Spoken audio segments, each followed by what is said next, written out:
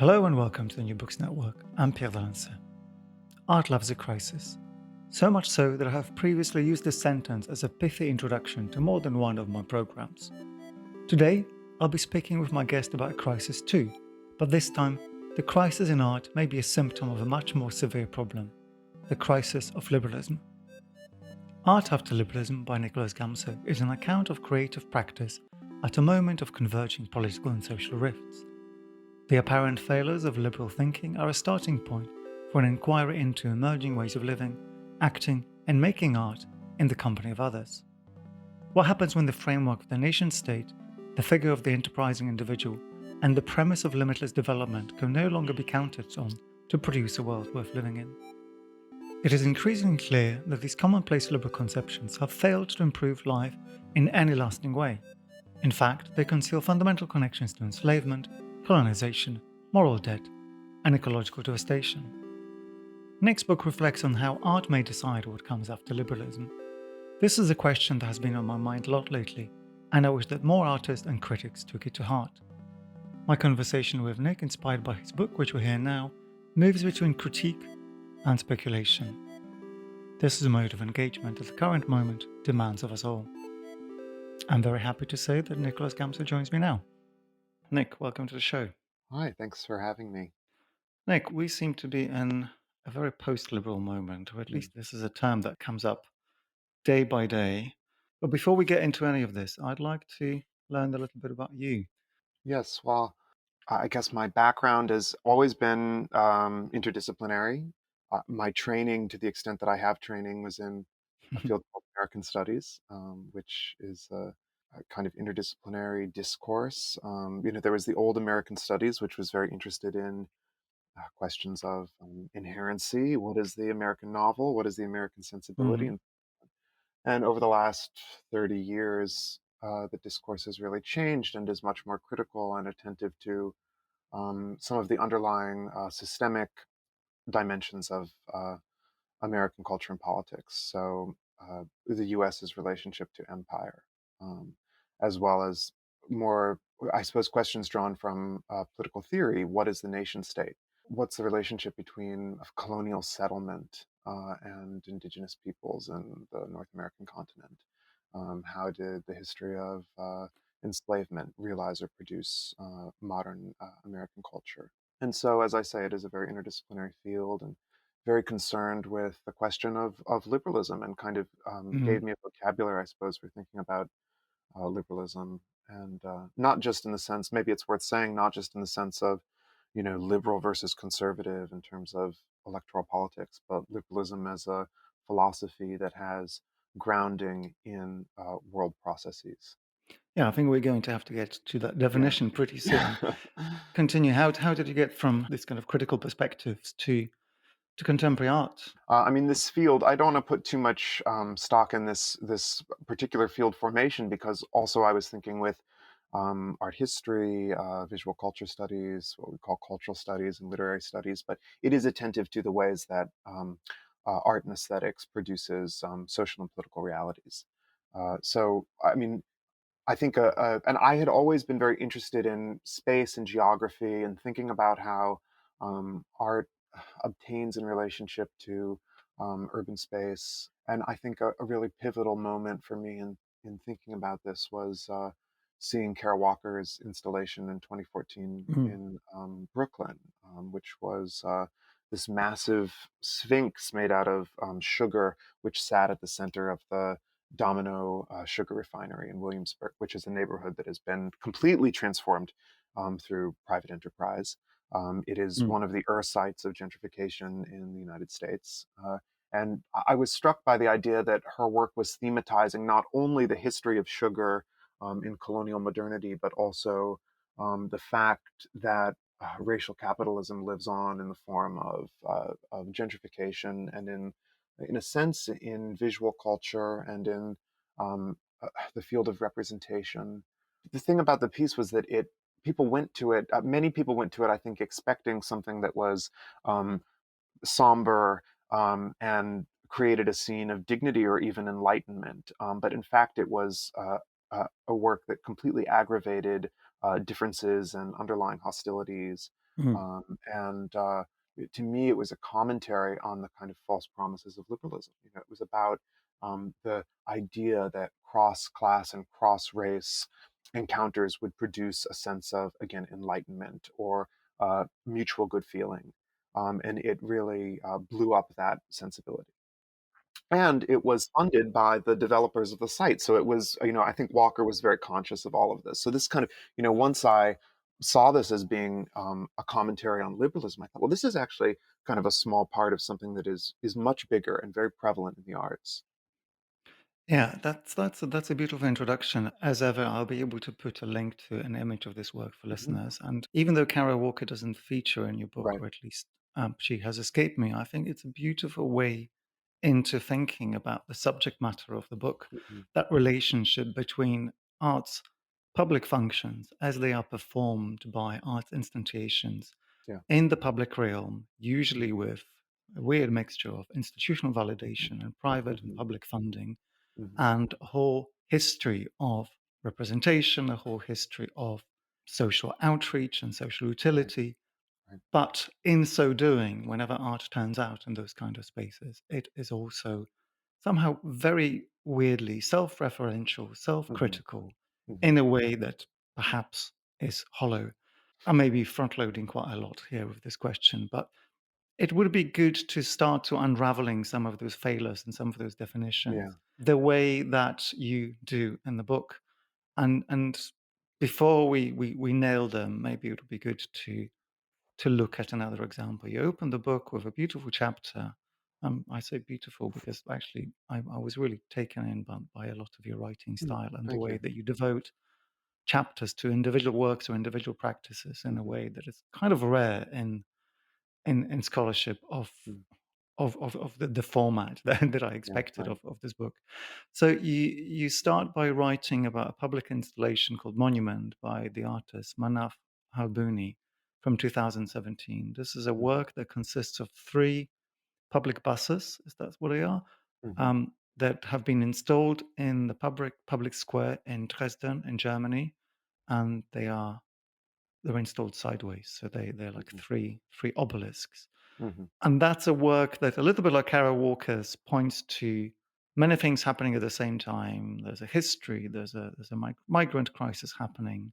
But even more than Walker's work, it also elicits a lot of responses from the public that interacts with it. So I wonder if I could ask you to retell some of the story and Yes. some of the things you observe there. Sure.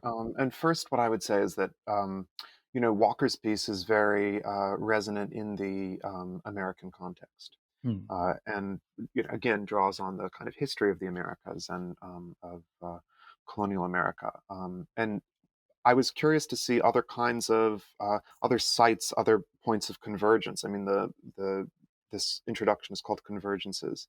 Hmm. And this piece immediately struck me when I learned of it. Yes, it's three decommissioned city buses set on their ends, and they're in the middle of the main square in Dresden, where there's also the Frauenkirche, is that right? The Church of Hmm. Our Lady, which has a history of its own, and I think was built with money from kind of infantile uh, financial capitalism in the 18th century.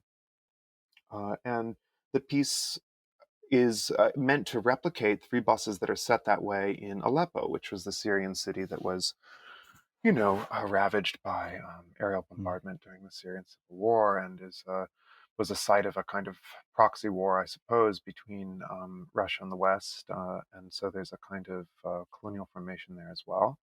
And the artist is half German and half Syrian, and he likes to think of these two sites as being of a piece because, of course, Dresden weathered the aerial warfare at the end of World War II and was essentially leveled. And this Church of Our Lady was repaired after the war. So there's all of these themes of reclamation, repair, recovery, as well as ruination, loss Hmm. that circulate around this object. And what is so interesting to me, and this is also, I suppose, how it builds on what I was saying a moment ago about Walker's work, is that it conducts political conflict. It Yeah. becomes a gathering point for different factions, including these, neo-fascist right wingers who have been holding marches in the square every Monday afternoon. And it also drew on what we think of as the traditional public sphere. I mean, I think the mayor of Dresden was there to cut a ribbon or somehow dedicate the statue. And interestingly, it showed as well in Berlin, and I think it's in Amsterdam now, or was recently. And in those contexts, it loses some of its power. It loses some of Yeah. its, let's say, agency as an object in space, because it is in a much more, although it is in public space, it is in a much more institutional frame. It's not there to aggravate. It's not there to, to pose a challenge or to get in anyone's way. So I was interested in it as a political allegory, I suppose, but also as a real object in urban space that conducts urban movements, perambulations. And when I say movement, I'm also referring to social and political movements that seem Hmm. to um, converge at this site. Yeah. You mentioned the institutional framing of this Yes. artwork when it has traveled. And I think one of the first questions that comes up in the book, and you address it throughout, is the relationship between the art object and its institution. So in a sense that we lose the context of Dresden, the bombed city, when we move an artwork like the Yes. monument Right. to Exactly. somewhere like Amsterdam, where it will be, it will have a different branding to it.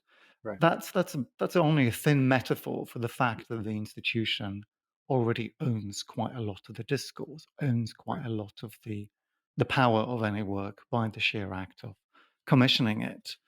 Maybe I could ask you to try to enumerate some of the ways in which it does this. I mean, some of these things are incredibly obvious.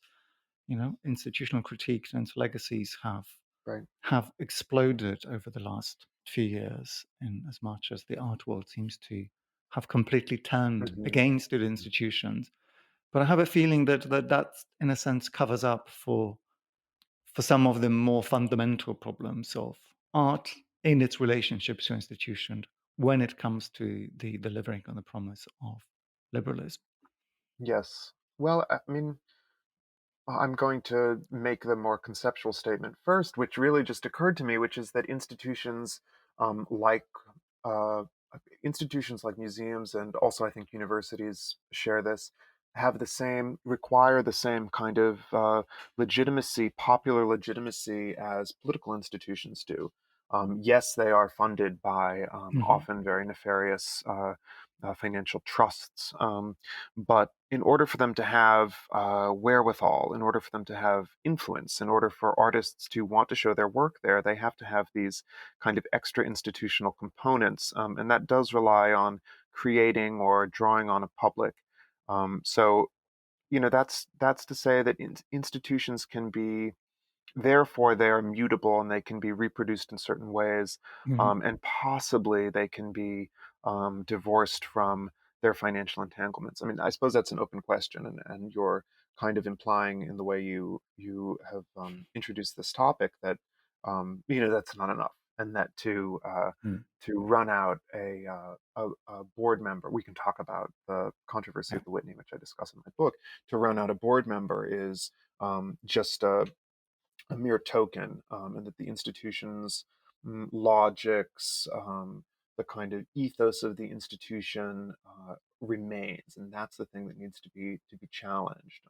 So I don't know if I necessarily agree with that. I mean, I think, and forgive me if I'm misunderstanding. I think Mm. it is No, go on. significant that that the boards of these institutions are being challenged, because one of the things that contemporary art museums have done is privatize culture, and so they need those kinds of financial arrangements. And so to highlight those, most museum goers are not aware of those. They don't read the names of the donors, and the donors' names are, of course, disconnected from their industries. Um, so I think making visible those connections is quite important. And also, once you do that, you can see that the institution might have something in common with with other kinds of agencies. I'm thinking here of the way that so this group decolonized this place that I've worked with a little bit and Hmm. talked to about this book or have thought about with regard to this project. One of the things they've done is establish in, I suppose, the public eye connections between the boards of museums like the Whitney Museum of American Art in New York and the Museum of Modern Art and the U.S. Army and the IDF Yeah. and the New York Police Department. And that's quite interesting because it does, it does kind of challenge the idea that institutions are hermetically sealed, or that the field of art is apolitical, or that artists have no kind of agency in the world beyond museums and kind of the art world as we usually think of it. Well, I think you've beautifully set up my next question, which is Good. you've just discussed, the failings and the way to maybe Right. conceptualize and challenge some of the failings of liberal institutions such Yeah. as museums and universities. But from then, I think the follow-up question must be, what is it about the liberal in liberal institutions that might be contributing to this project? And I think, or maybe 15 minutes into our conversation, it's about time we actually gave a Right. functional definition of liberalism and try to discuss its either failings or its fading or Hmm. rather maybe your project for reforming aspects of it. Hmm. But let's start with a dictionary definition because I think I think for those It's of a our good listeners idea. who Yeah. might not be living in liberal democracies, and particularly those who are not, don't have the word liberal on one of their ballot boxes, Hmm. um, Hmm. that might be Well, they useful. are probably the ones who are most attuned to, perhaps what it really means and doesn't Yeah. mean. It seems to me that liberalism, to give a somewhat reductive but a useful definition that we can unpack, liberalism is a kind of complex of ideas about freedom. And those can be, and of course, freedom is a big word, also worth unpacking, but Mm. some of those variations could be individual freedom, free markets, free speech and free expression, free mobility and movement. But of course, understanding or coming to terms with the idea of freedom requires coming to terms with its opposite. I mean, how do you know you're free? Mm. Because someone else isn't free. And so we have these sites of unfreedom, like the prison house, and also authoritarian Yeah. societies, which are always bandied about in public discourse in the US and I think also in Europe as not only the enemy, but the constitutive outside of liberalism. And so we need to, this was the justification for the wars in Iraq and Afghanistan. Yeah. We need to liberalize these societies because they don't have freedom, and so on. And I think also just the extent to which poverty creates unfreedom, that is also a part of a liberal mindset Mm. because that is what sanctions sort of enterprise culture and the liberty of contract, the idea that you can attain a kind of freedom or access to the world by working your ass off. I suppose that's that's also part of this kind of nebulous concept of liberalism. And I mean, I think the way though that perhaps that's enough for now. But I suppose you did raise the question, what is the relationship between liberalism and these institutions, right? And Mhm. I think one way of saying it is that the institutions are sites where this freedom can be enacted. Okay, so the institution is where you can, that is, the museum is where you can put up any work of art, no matter how offensive, gratuitous, and so on. And it's there as evidence of the artist's freedom. And recently, I think some, let's say, theorists of the museum and its relationship to carceral culture have pointed out that it shares not only a period of historical emergence with the prison house, but also, again, is the opposite. Is the kind of conceptual um, alternative to the prison in a sense, right? The museum is where you put the things that you value, whereas the prison is where you put things that you Yeah. discard and devalue and so on. So it actually serves a kind of elemental function, I think, for liberalism. And secondly, there's this question of what this is a big topic, I suppose, in political theory. underwrites liberalism. I mean, it's not just finance, Mm. it's also labor, which clearly has a relationship to financial capitalism. Who built the museums? Who maintains the museums? Who builds the public sphere and maintains them? Some places that answer is very easy. I mean, who built the US Capitol building? Enslaved people, right? Um, and in other cases, you have to do some work to sort of figure out what that relationship is. But I think that is really there too. There's always this dark side to liberalism. That is to say, there's always a kind of there's always a sourcing. There's always, and this is why liberalism arose as the kind of sunny side of colonialism. This is a Mhm. oft-repeated truism, but I think it makes sense in terms of this conversation. Yeah, so the way you describe liberalism is almost irredeemable. All the dark sides that you just Mhm. alluded to seem to be completely built into the Yeah. whole thing, which kind of leads me to my next question, which again stems from the title of the book. Are we thinking about art in this context as a diagnostic tool for liberalism ills, or are we thinking about art as a corrective? Mm. And I think that Yeah. makes quite a lot of a difference in how we approach what it is that the art world has been doing to itself, both Yeah. aesthetically and representationally. Right. In as much as I think we can possibly quite easily see that the last 10 years of artistic production, particularly in the globalized art market and the globalized institutional sphere, has been a way to dangle solutions to Hmm. some of liberals' failings. I mean, we maybe disagree a Hmm. little bit about the Hmm. effectiveness of some of these gestures, but I have a feeling that you might concur with me that the problems of liberalism won't be overcome Yes. just by expunging one board member after another or Right. by Right. protesting unfair working conditions for gallery invigilators. That the problem might be slightly further. So I want to ask you a version of the chicken and egg question essentially, and see where that takes us. Yes. Well, it's a great question. I mean, maybe the way to respond is with an example. And I know that this is something you've thought a lot about, and we did correspond a little bit about it. But um, the crisis or the scandal, I suppose, at the Whitney Museum. Well, I Hmm. have a chapter about in this book about that event, or that point of convergence. And in particular, I focus on the work of forensic architecture. Okay, and I think that it's the work of this group, and I can sort of say what it's all about in a moment. But I think it does show both the kind of eh, the diagnostic aspect that you're referring to. In other words, Hmm. how do we see the failures, or as you say, the fadings of liberalism, or the contradictions that are part of protest within a liberal society, as well as producing alternatives or giving us a way out or doing a kind of reconstructive work. Okay, well, maybe just to run through the beginnings of the controversies at the Whitney. This is something that has come up on the podcast a few times before. And I'll leave a link for listeners to the story so they can follow this if they so wish.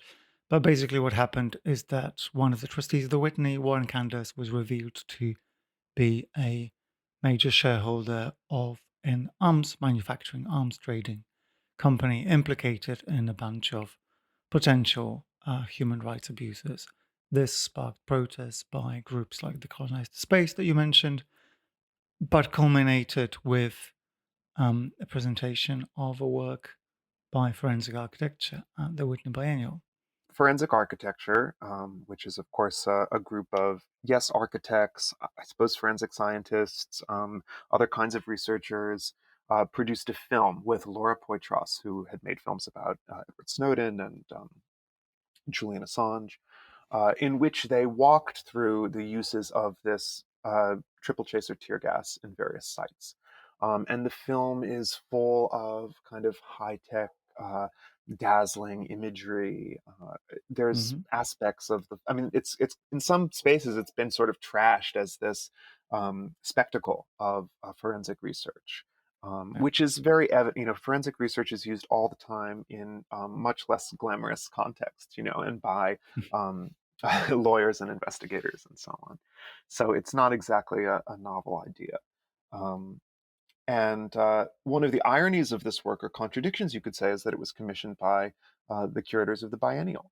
And so the artists seemed, in a sense, to be complicit. And not only were they collaborating with the museum, perhaps to gussy up its own skeletons in the financial closet, but there also seemed to be this capitulation or fealty to tech development. I mean, they used these research protocols developed by proprietary, but by tech companies. You know, these softwares like I think it's called NVIDIA, and so they were in a sense, contributing to this proprietary software and so on.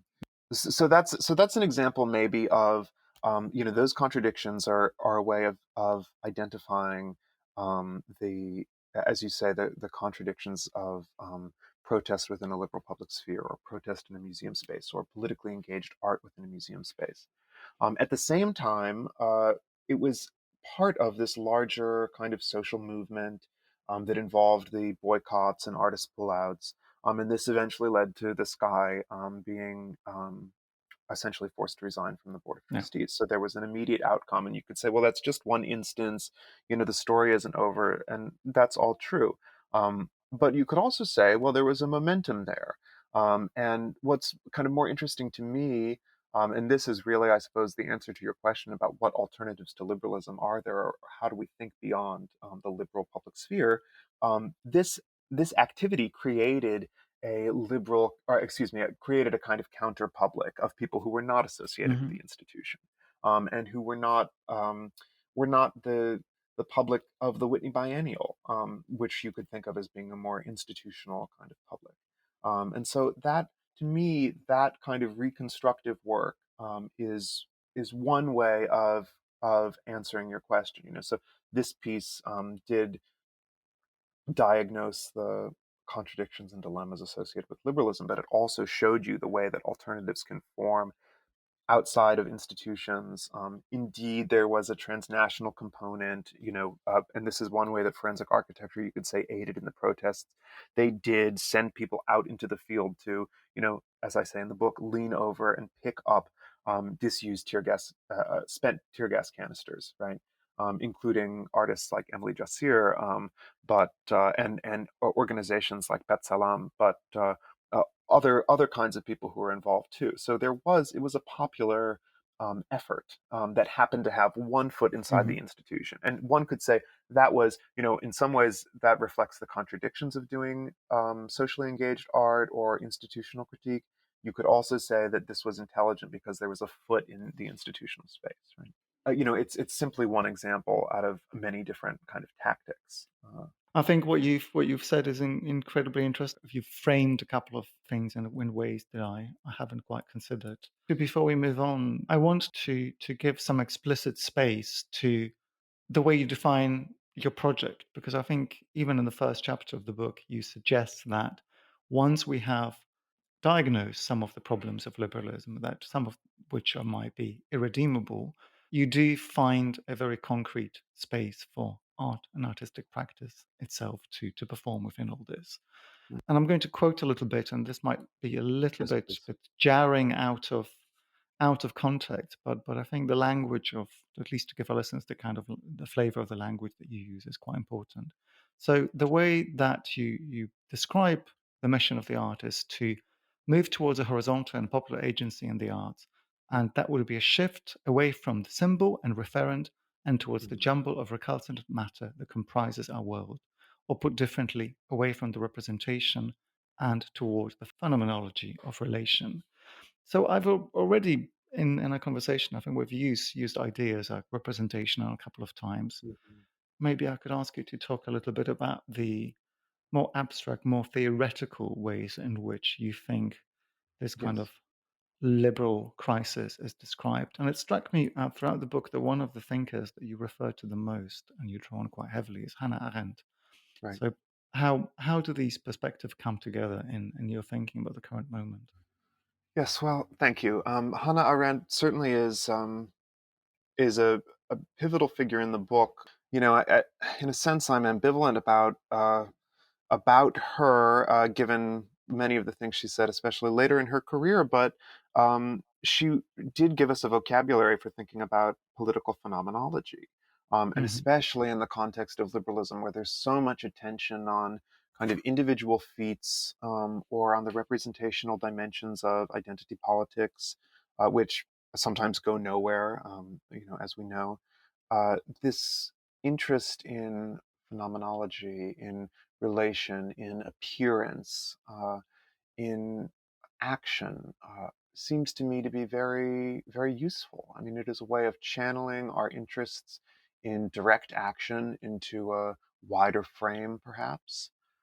She says something that I, in her writings about the American Revolution, actually, which is, of course, a liberal or bourgeois revolution. Nevertheless, Hmm. I think it's worth repeating.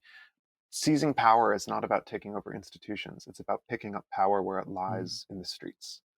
That could mean picking up the cobblestone, you know? I mean, certainly it means that there is power in collaboration, and that there is no such thing as power without um, working in concert with others. But it also points us to real matter, to infrastructures, to spaces, and the built environment. This is a kind of infrastructure, but mobilities, thinking about the supply chain crisis, for example. Hmm.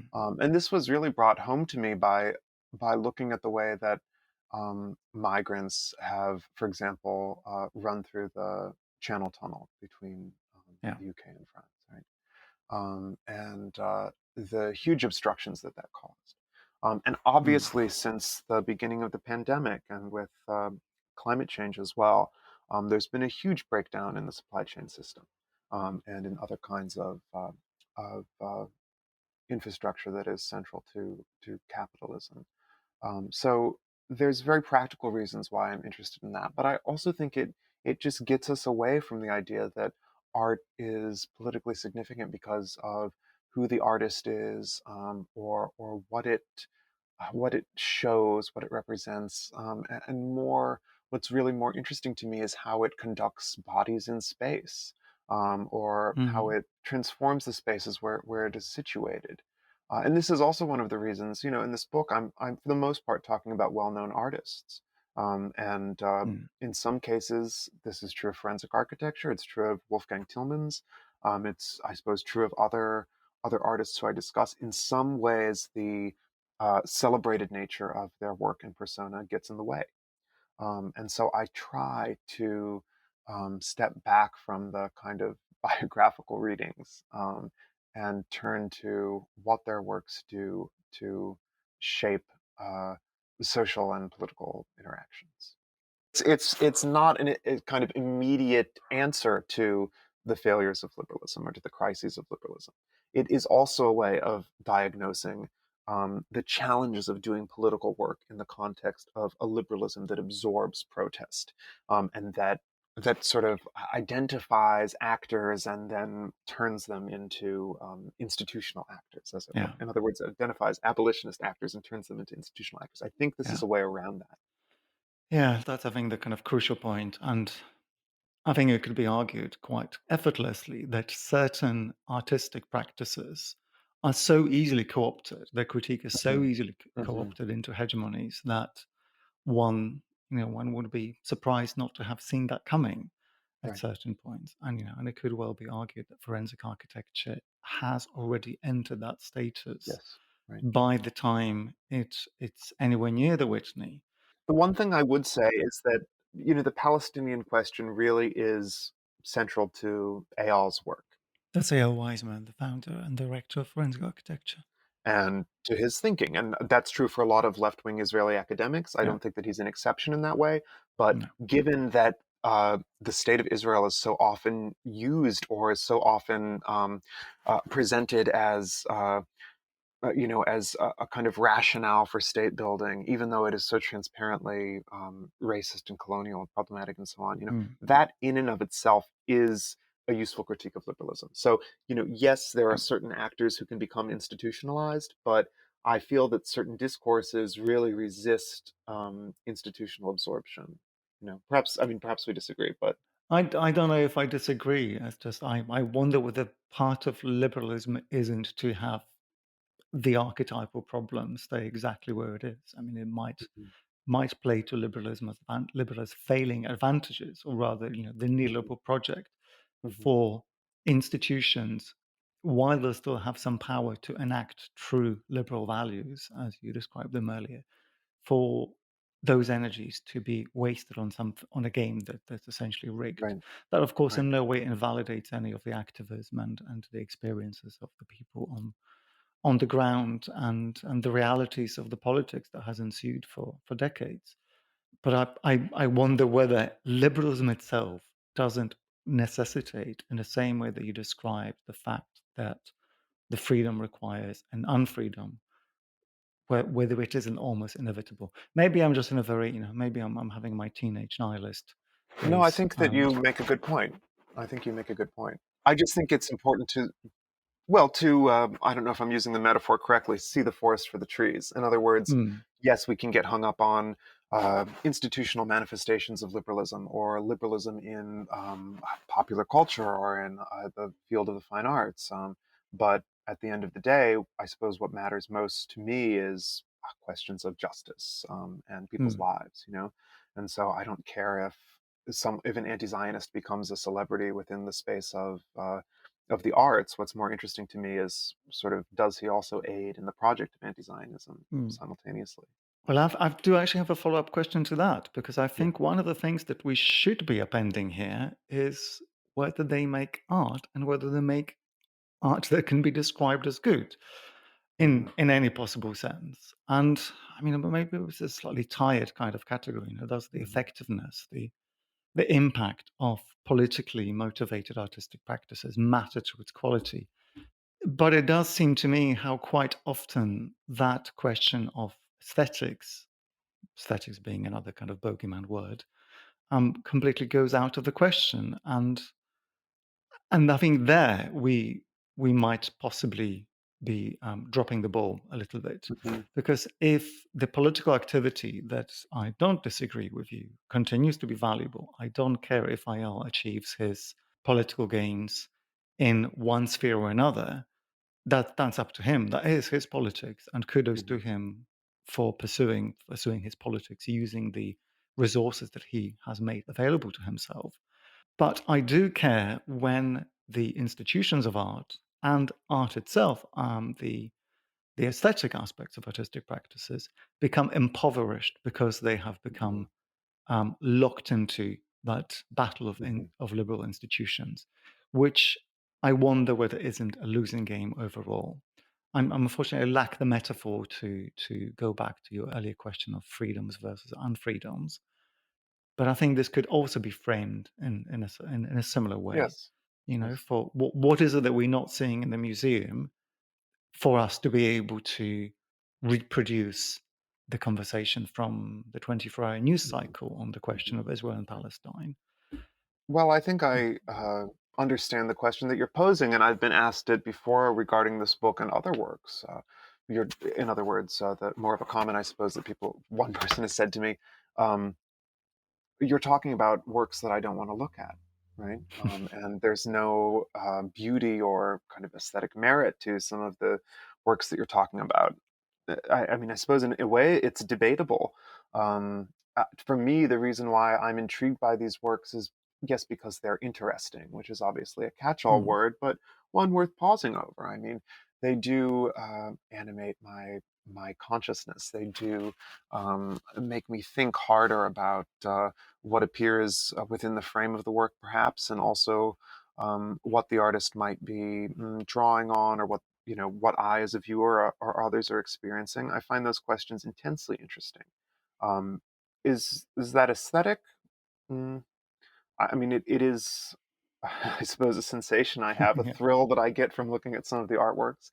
But I also do think, and this comes through maybe a little bit in the chapter on Tillman's, and in some of the chapters that kind of contest. One thing we haven't talked about yet is that many of the artworks I'm looking at resist politics as such, and don't Mm, want to be in a book called Art After Liberalism, and don't want to be a part of this conversation, and disdain Hannah Arendt, and disdain the space of politics, the space of sovereignty, the space of worldliness, and so on, right? And prefer, perhaps we could say, I mean, the theoretical frame might be the social, but prefer aesthetic enjoyment and pleasure Mm, as a mode of world building. And mm, I think that that is quite important. And in fact, I just want to say that I think seeking out unalienated pleasure is one of the most important things that art activists can do, and is one of the reasons for art activism is a kind of belief in the ability to create without being used by institutions or having your capacities channeled into capitalism or uh, into the art world and its predatory manifestations. mm. Yeah, I think that's a nice silver lining that you just ended Yeah. up on. And for me, the need for better functional definition of the word aesthetics and its Hmm. many implications is becoming clearer and clearer. Like the cognition of a work like those that made by forensic architecture, of course, is aesthetics, and by every understanding of that word, that doesn't mean that it should be excluded from that field. Yes, and if I may add something, I mean, aesthetics. This goes back to the question of relation rather than representation. Yeah. Aesthetics become a kind of powerful force that an artwork can marshal. So sometimes you see something. This is the case with forensic architecture and other examples. Sometimes you see something that is visually striking or dazzling, and it is used in the service of power. I mean, this is completely what post-industrial capitalism, the kind of logic of the spectacle that is employed, or the uses of beauty in certain industries.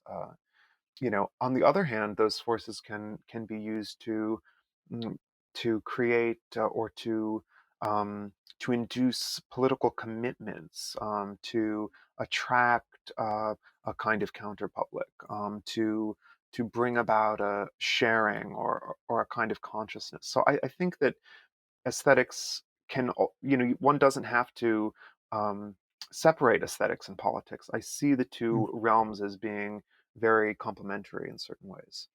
Well, talking about the kind of easy application of the word aesthetics, let's move on Hmm. to your chapter about Wolfgang Tillmans, who, Yeah, I mean, I'm not being cheap here. He does make visually stunning work and has yeah. done for about 20 years, if not more. I'll put in links to a few key works for listeners, but just to maybe describe some of the things that Tillmans is known for. It's his portrait photography Right. of kind of Berlin scene of the 80s and the Hmm. 90s, usually young, pretty people wearing Hmm. sportswear, lots of polyester, looking quite Right. sexy, looking Right. quite what I guess we would now call queer, even though I don't think he would have subscribed to those labels Hmm. straight away.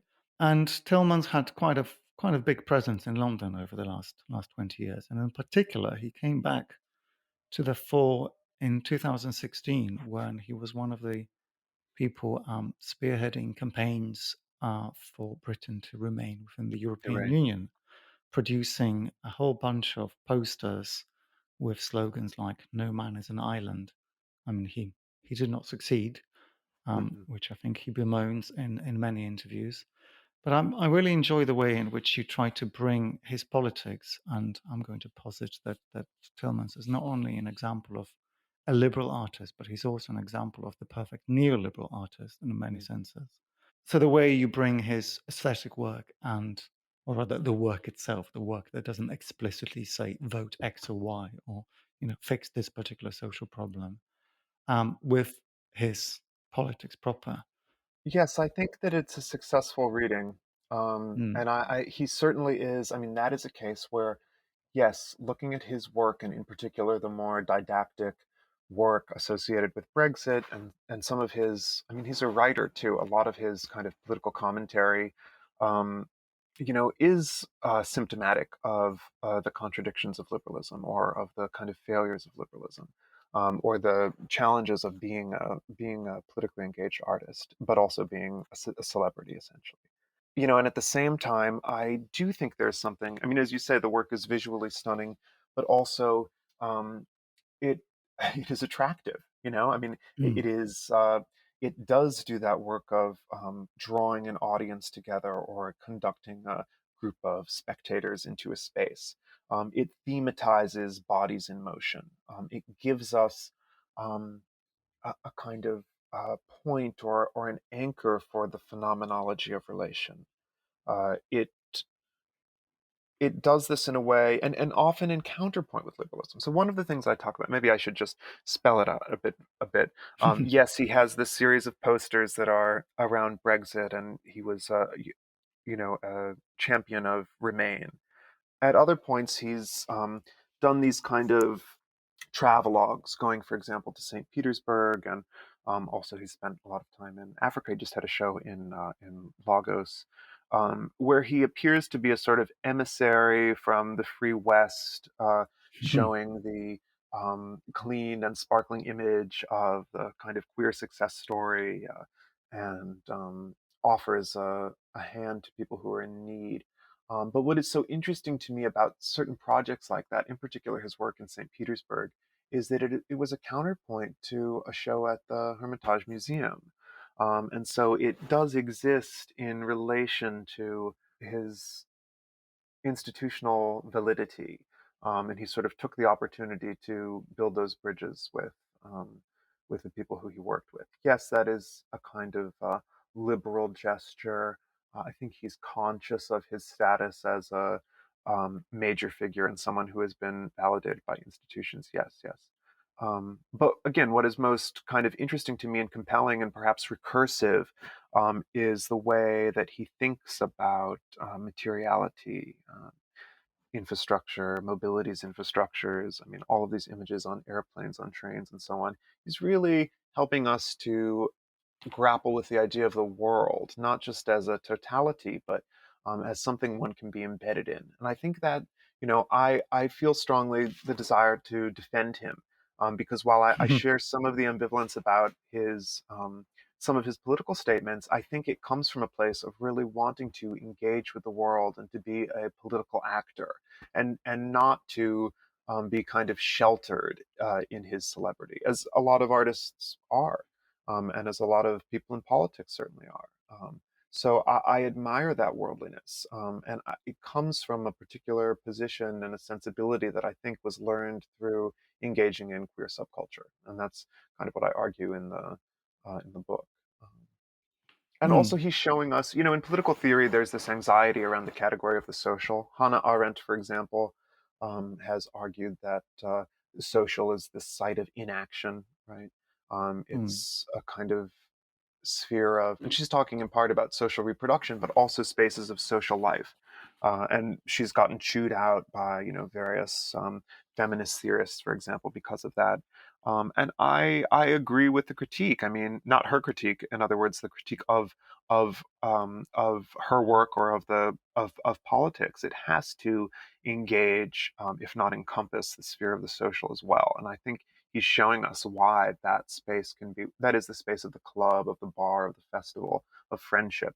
That can also be a space of meaningful political engagement, especially when the public sphere is so rotten, and when there's so few opportunities for doing meaningful political work um, in the spaces we think of as being political. In other words, electoral spaces, the media, the fourth estate. So I think it's really important. And the other thing I want to say is that there's a now this is maybe a liberal sentiment, but there is compassion in that interest in social life, and I do believe that there could be some degree, some kind of coming together, if that kind of recognition of people's basic needs for human interaction, desire to live in the world, if we attended to that, if we really thought about that, then we could build tremendous bridges across these huge political gulfs, and not in order to meet at the center, but to meet in another place. So one thing that I talk about in that chapter is, this is of course the whole Brexit discussion is around this. How do you deal um, with liberal disenfranchisement on the right, and a feeling that some people mhm. have on the right, including on the radical right, that they have been disowned by liberalism, that they don't get anything out of liberalism, that their world has shrunk, or that inequality has reduced them to a sort of semblance of a human being. And I think he is interested in that topic. And more to the point, I think he shows us that there are ways of interacting that can actually create solidarities, you know? And it's a bit of a cliche to say, have a basketball game and all of a sudden these various factions will come together and show teamwork and that sort of thing. But there is also something interesting to me, just in terms of sort of outside of the liberal question, but in terms of how politics works, to think that that kind of collaboration can actually generate something interesting. I am going to challenge you a little bit on some of this Yeah, reading, please. because one of the notes that I took when I was reading your chapter, and maybe this is something I already thought about Tillmans and artists like him, is that while they make a good case for liberal values, and Tillmans has been very explicit. You cite him saying that should Brexit go ahead, it would validate the hatred of anti-liberal sentiments. So, Hmm. essentially, if Britain voted to leave, that would mean that we have been taken over by people who are just utterly unacceptable and Right. vile. And that's something that I took issue with straight away, because Hmm. the liberals' contempt for anti-liberal sentiment, I think, is incredibly counterproductive for a couple of reasons. There's also another moment where that you cite, and Tillmans is just showing himself to be completely incapable of understanding of the realities of the lives of, in this particular conversation that you cite of him with a politician from Lower Saxony. Hmm. Tillmans just kind of is incredulous to the idea that the rural Right. poor in Germany would be alienated. Hmm. And there are a couple of things to think about. You already mentioned the idea that they might have been disenfranchised, that this new right, or this kind of crusty right, whichever we ascribe to. These are people who are disenfranchised from liberalism. They've forgotten how good liberalism would have been for them. And here, my question to Tillmans, and maybe to you, is, well, how effective then is the work that Tillmans is producing at convincing those left behind that liberalism is good for them? And two, actually, is it not feasible that there are other ways of organizing one's attitude to freedoms in ways other than those liberal ones?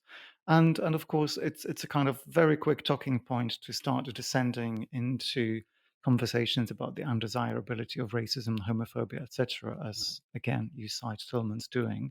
And I'm nowhere near suggesting that we should be, say, tolerant of those kind of views at a level of organizing society. But I think the dismissal of the liberal artist and the liberal critic of all alternatives, of all suggestions for reforming aspects of liberalism as automatically undesirable because of those kind of Right. deep right wing, essentially fascist qualities, I think is actually super counterproductive to the project of maintaining and adapting and re-evaluating the liberal values themselves. So, in a sense, like, the first line of critique is always, "Oh, but look, Tillmans has it so good. He's jetting off between one plane or another, Right. and he becomes ambassador for neoliberalism in Lagos." And that's kind of shallow. It's good for him. But the second question is just how good is he at convincing his audiences, those that are not already on his side and equally therefore privileged, that what he's proposing is going to be functional, and how Right. does it actually ideologically work with their conceptions? How much space does liberalism, the the idea of freedom of belief, freedom of conviction, how encompassing is it of that kind of dissent? Well, I agree with the premise of your question. In other words, I agree that his political statements are ineffectual in a sense, and that the people Hmm. who he could potentially be reaching out to are not there, or they won't receive those statements. The only people who are paying attention to those or to what he's saying are either in his camp or sympathetic to his camp, or perhaps apolitical and are interested in his work because it has pictures of sexy boys in it and that kind of thing, Hmm. right? And so Nothing wrong that's with why that. no, I mean, that's why I like his work, and in fact, my my See, there interest you in go. This is all I need for the tailor. You like his work because of the yeah. pretty boys. Good. Well, That's all yeah, we but when I need. first my first encounters with his work Yeah. were ambivalent because I felt that it was such a scene, it was like his, and now I'm contradicting maybe some of the things I say in the book, but um his exhibitions show, in fact, if you go see them, and you pay attention to the crowd there, they reveal all of the hierarchies that you see in queer life. And I, I can't blame him for that exactly. I mean, that's part of the art world too, I suppose, is that those hierarchies exist, or they overlap in some sense with other kinds of, let's say, subcultures, and certainly queer and gay subcultures in particular. Um, so I think that that is there, and those are some of the reasons why I find his work quite interesting. And it should also be added that he does a lot of work that is basically outside of gallery spaces and that you Yeah. might encounter in a magazine or something. And so they do have other kinds of, they allow for other kinds of interface. But this is why I think that we need to kind of reduce the figure, reduce the celebrity. It's hard with him because, of course, he is this kind of delightful figure. People enjoy, I suppose, interacting with him and having him serve on juries, and he's a frequent kind of guest speaker at Hmm. museums and institutions. He he also, his work, I think, is, as I say in the chapter, in some ways it is very much continuous, even though he does not really do, he doesn't do commercial fashion photography, but his work is published in certain commercial Yeah. magazines, and it's very much continuous with the aesthetic sensibilities of, as you say, neoliberalism. Some of his work is, I should say. So yes, that's all there, that's all true. And I agree that maybe this is a sort of separate point, but you mention it. I mean, I agree that there needs to be attention paid to the anxieties of people who have been dispossessed by liberalism. I absolutely agree. I often think about um, the woman who was killed on January the 6th during the insurrection at the U.S. Hmm. Capitol. She was a school teacher or something. She had been completely brainwashed by listening to right wing radio. She was confused. And she made a video of herself on her way to Washington, D.C. for this event. And in it, she said, I can no longer be a bystander. I can no longer be a bystander, you know? And that really struck me, in part because Hannah Arendt has said the exact same thing about her own political becoming. She realized at a certain point in her life she could no longer be a bystander. Now, she was not confused about what she needed to pay attention to at that moment in her life, certainly. But that desire to live in the world, that desire to participate in action, in making decisions, in being having the capacity to judge and with others judge, make decisions, and move. I suppose that is a very real and a very important part of human experience. And I don't want to speak in too universalizing terms, but that is the basis for politics: is the desire to get involved in a real way. And I think that Tillman shares that desire, and I think his work impels that feeling. I mean, it not only does it show, but it participates, I suppose, in these kind of world making and world forming events and scenes. And I know people, this is anecdotal, but I know people who were very kind of right wing or sympathetic to the right, and then they came out of the closet, and it turns out that they didn't really have those sentiments. They just wanted to be part of something, right? So I think that there's I'm speaking in somewhat abstract terms here. Oh God. And I don't mean to dismiss, obviously, the critiques of the right. I mean, it's horrifying. It's utterly horrifying. But I think at the same time, one has to pay attention to people who feel left out. I mean, that is so important. And not to, so much of what passes for inclusion in liberal institutions is just absolutely paltry and in some ways condescending. And this is a big problem with social practice. I mean, something we can talk about maybe a little bit later. But Hmm.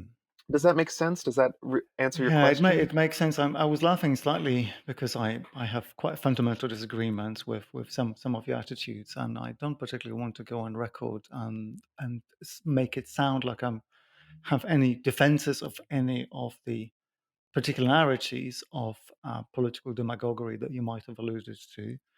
But I think one of the biggest problems of liberalism, and I already mentioned this in my last question, is its contempt for illiberalism. So the Hmm. fact that we automatically frame anyone who might be straying towards the right, homophobic, as this kind of persona non grata until they happen to, as you were just saying, come out of a closet and make themselves appear like a good liberal. We don't need to look far but the front pages of the New York Times before we figure out that actually the liberal left, or in fact the centrist and the general liberalism, has its own clubs for belonging, and those clubs Yes. continue to be reinvented, and they are more often than not determined by exactly the same extractive forces. The question of gender, which is not going to go away anytime soon, which is a flip side of the coming out of the closet that you were talking Mm. about, is showing itself to be significantly ideologically motivated. There Yes. is an element of brainwashing in half of these conversations, without necessarily even wanting to point a finger at anything in particular. But I think I've done it now. Um, I think each both the left and the right have pathologies Yes. exactly like that, and art's position within all of that continues to be for grabs in all of that. Yes, I mean, I completely agree with you, and this is both one of the challenges of anti-liberalism and one of the opportunities of anti-liberalism. I mean, what is going to go in the place of this kind of middling liberalism that you have correctly, I think, identified with the New York Times? To me, that is another kind of withdrawal from the world. That the people who write most of the columnists, I think, for the New York Times and certainly their editorial Mm, board, they do not live in the world necessarily. They live in a sphere of elite culture. And I don't say that to kind of repeat the talking points of right wingers, because my sense is that the quality of their elitism is a bit different. I don't necessarily see them as being cultural elites exactly, whatever that could mean, but simply as being, wealthy people who lived in extremely privileged environments. mm, All of their lives and have never really had to um, have engagements with, I mean, not just right wing poor people, but left wing poor people. mm, And so there is a kind of anti worldliness that I think is part of what they do. And that's a part of neoliberalism, too. I mean, the whole destruction of, um, now I'm using a term maybe to mean a couple of different things, but the destruction of certain kinds of public life, the yeah, privatization of public education, for example, that is an anti-worldliness that I see mm. as being endemic to neoliberalism.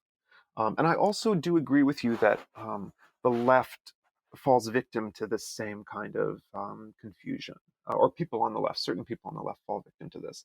Some of it has to do with the kind of media ecosystem that we live with, which is also one that is completely privatized. And I think there are questions about whether what it means to have a shared reality. And I'm, as you can perhaps tell from reading the book, I'm hesitant to use that kind of language because whoever determines that shared reality tends to have a kind of interest, and so the ideological issues, they're there, but I don't want to necessarily privilege any one point of view. I view um, the the the the idea of after liberalism as being an open one. My own sentiments lie with the kind of abolitionist project, and I do say that sort of later in the book. But I recognize that there is a degree of radical openness and instability that comes with the loss of a dominant regime. Absolutely.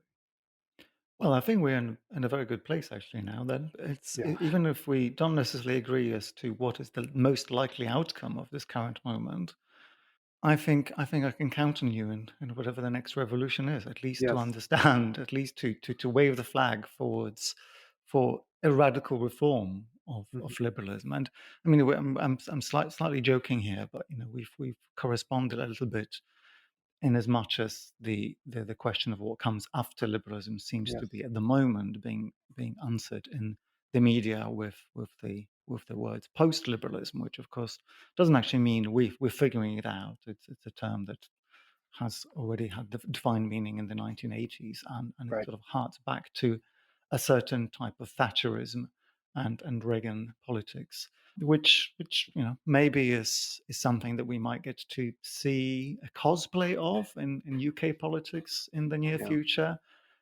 We definitely have the liberal institutions preparing themselves for that onslaught. but I want to use our final minutes to actually get back to the book a little bit.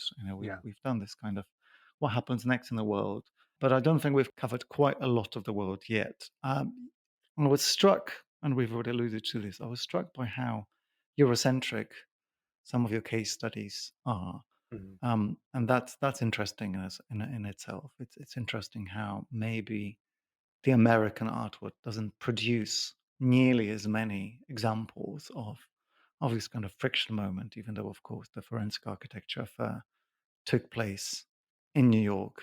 But it's a An to a certain international extent a affair in some British ways. Yeah. Brit. But I want to turn towards China as you do Mm. in one of your chapters. When you look at the short career of the artist Ren Hang, who I guess aesthetically isn't a million miles away from some of the things that Wolfgang Tillmans does, Right. but a context in which this practice, which is sometimes kind of body-oriented documentary, Hmm. sometimes it's to do with fashion, sometimes it's to do with sexuality. Some of the framing is incredibly interesting. But how that practice being rooted in China actually doesn't do very much within China, but is a fantastic export. But Yeah. Reng Hang essentially is recognized abroad for his liberal values, for the fact that his works represents some kind of reaffirmation of these Mm. values and ideas that we have been discussing. I suppose in so many of these examples, of course, take place within liberal society, with liberal governments and um, freedom of the press, at least putatively. So I thought it would be important to look at examples from elsewhere. And I had been thinking about his work for a long time, in part because of the way it's essentially been marketed to American audiences as this sort of glib and ironic work that, yes, is queer or sort of engages in queer body politics, but also is using the sort of visual rhetoric, perhaps, that we associate with. I get, it's not so much with sort of the socialist imagery that exists in China, but the ideas of Beijing as being this site of kind of mimetic architectural space. And I just thought that the works, sometimes you see things that seem so marketed to you, as it were, or are so perfect in their distillation of varying assumptions of aesthetics in different environments. And I was also curious and remain curious about just what happens to an artwork when it moves between different kinds of environments. And we've talked about Mm, that a little bit with other examples like Manaf Halbuni's buses at the beginning of this yeah. conversation. But here it's like this work that is perhaps, I mean, it is controversial in the sense that it was certain works of Ren's were taken down when they were on view in Beijing. A work that is controversial in an environment like that can come into the space of the free West. And, for me, it's not that it kind of lights up when it gets here, it's that all of its political potential is drained and it becomes pure gloss. And the sort of fashiony, seamless imagery that he uses just becomes another part of this kind of continuity of design, publishing, fashion photography that is ubiquitous in uh, uh, the American and European medias. One of the things that's come to my mind as we've been talking is the relationship between liberalism and capital Yeah. and the reliance on one and the other. And I wonder if this is not maybe the simplest thing to observe in the world. But in as much as we have observed many times that capitalism does not really thrive on democracy all that much, that it's completely agnostic when it comes to the state formation. A similar question posed to liberalism and neoliberalism itself is even more interesting. And I think the Chinese example Mm. is maybe a good case study here because you describe Ren Hang as someone who's doing work that is reflecting on the limits of the freedoms that his Hmm. society is in. He's even in this interesting position where he keeps his career hidden from his family Right. while Exactly. already having, being internationally renowned Right. for what he does. So in a sense, I'm trying to figure out where it is that liberalism has already seeped into Chinese society, and whether, if we agree that liberalism is not a feature of Chinese society, whether neoliberalism indeed is, Yes. in as Right. much as the work can circulate. And of course, it would be naive to think that liberalism and neoliberalism are the same thing. They're Right. in standard definitions. We think that neoliberalism is the kind of renewed economic Mm, project of liberalism, exactly. but actually, maybe it isn't. And maybe the question, which is going back to a previous moment, maybe the question of what happens next is to do a lot more to do with capital as opposed to liberalism. Yes. So in that kind of sense of imposing values on the rest of the world, does the US, do the Western allies have any hope of bringing in liberalism to China? But then, what do we do about the fact that capitalism no longer relies on that? And we do have kind of the odd artist, the odd cultural artifact traversing the boundary, telling us Yes. that there is a disjunction. In that case, art really does have, culture has a really, really special place in being able to really remind us that these systems are not compatible Hmm. beyond the one thing that actually oppresses us all, and the one thing that we could probably all agree on we more or less unhappy with. Is capitalism. What your question makes me think of is just the zeal for capitalism in the Chinese art market in the 1990s and 2000s, and the end of the 1980s too. And this is something that Chinese Mm, artists were, of course, aware of. And Chinese artists travel, and live in the West. And many students at art schools where I've worked in the United States are from Chinese cities, and certainly that's true of architects as well. What to make of that? I mean, one could say values and cultural politics defy some of the kind of overarching economic divisions that we see or that we tend to talk about, and there is more cross pollination than one might think. Of course, like in the West, most of the people who are able to travel in those ways to move between these spaces have a kind of privilege, and so in a way, the structural components match one another across borders. I'm somewhat at a loss about where that puts liberalism with in relation to Chinese society, and how that squares or doesn't with the kind of geopolitical questions of this new Cold War that seems to be mm, appearing between the West and China. I don't think this might be an instance where culture, that is to say, fine arts, films, music, uh, has to perform its liberalism only up to a point, and some of the underlying structural dynamics will remain the way they are, or the more politically oriented kind of elements of public life, like the press, those things take the brunt of new enclosures, that is, political enclosures rather than economic ones. And then again, culture is denuded and starts to lack its the edge that it might have under other conditions. I feel remiss talking about this and kind of trying to make predictions, except to say that this might be one of the instances where we see the kind of limits of art as a political object, or we see the way it remains tethered to political economy as it exists, and this is sort of the art as merely culture. Right? Do you know what I mean by that? yeah, no, I think those limits are incredibly interesting, and I'm Yeah. completely speculating alongside with you. I mean, just to think about a couple of examples. I mean, I know that certain types of cultural exports that go from the West to China are both treated with extreme freedom, and there is a massive appetite by Chinese Hmm. society for Hmm. for culture. So, I know someone who produces contemporary dance, and Hmm. the moment you need $500,000 in the bank for the Right. next 2 years, you go on a tour in China, and like Right. it's all perfectly done. But Hmm. and the politics, of course, this work is political here, but it's not censored when it comes to China. It's not seen as political Correct. when it arrives in Right. China. Right. Exactly. And conversely, I've for a long time wondered whether whether certain Chinese dissidents, Ai Weiwei being the prime examples, are so much of a threat to the Chinese regime, whether the liberalism or the practice of someone like Ai Weiwei's even registers. Because, to be a little bit morbid about it, if the Chinese state thought that Ai Weiwei was a threat to their politics, they would have silenced him successfully. They had the means to do that. Yet they chose not to.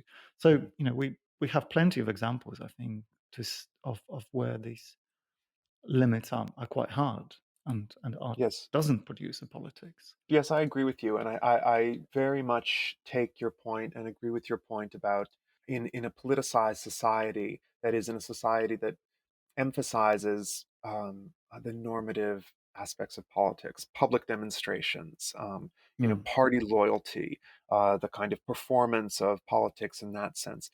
These cultural objects, I mean, they represent, one of the things I talk about with Ren's work is that it does represent a kind of descent from that. It's minor in a sense. It yeah. represents a descent from that, yes, normative or state level or party level kind of politics, yes. But at the same time, you do really see the difference between culture and politics in those environments. Whereas in the United States, where we live in a very anti-political society in many ways. I mean, I think that's changing. That is what the reason why I'm writing the book is, because I think that is changing and people are becoming politicized, for better or worse. But in this environment, people look to culture for moral and political ideas, and so I think that is one kind of thing that I take from your comment. But it's also really worth saying that we are living in this period of economic shocks, of breakdown, of unevenly distributed fits and starts, and so that is already changing geopolitics. And it is a big question mark. I mean, this is one of the reasons why it's so hard to predict what will come after liberalism as the dominant global political and economic regime. Um, Mm, because we can't predict exactly the future of US China relations, because so much of it depends on trade and on other kinds of relationships that are themselves dependent on ecologies, on the availability of resources, on the availability of labor. I mean, this is the story that we're living with now. And so, yes, that is what makes it a particularly interesting topic, but it becomes very, very challenging. And not just to us as essentially outsiders to the political world, but also to people who are, to our heads of state. They really don't mm, know, and their advisors don't know. So it's an interesting moment, certainly, with regard to those things. If I could say mm, one other thing, but your references to the idea of the return to traditional or pre-secular kinds of movements, I think you really strongly see that in the arts in terms of a kind of return to craft, in yeah. terms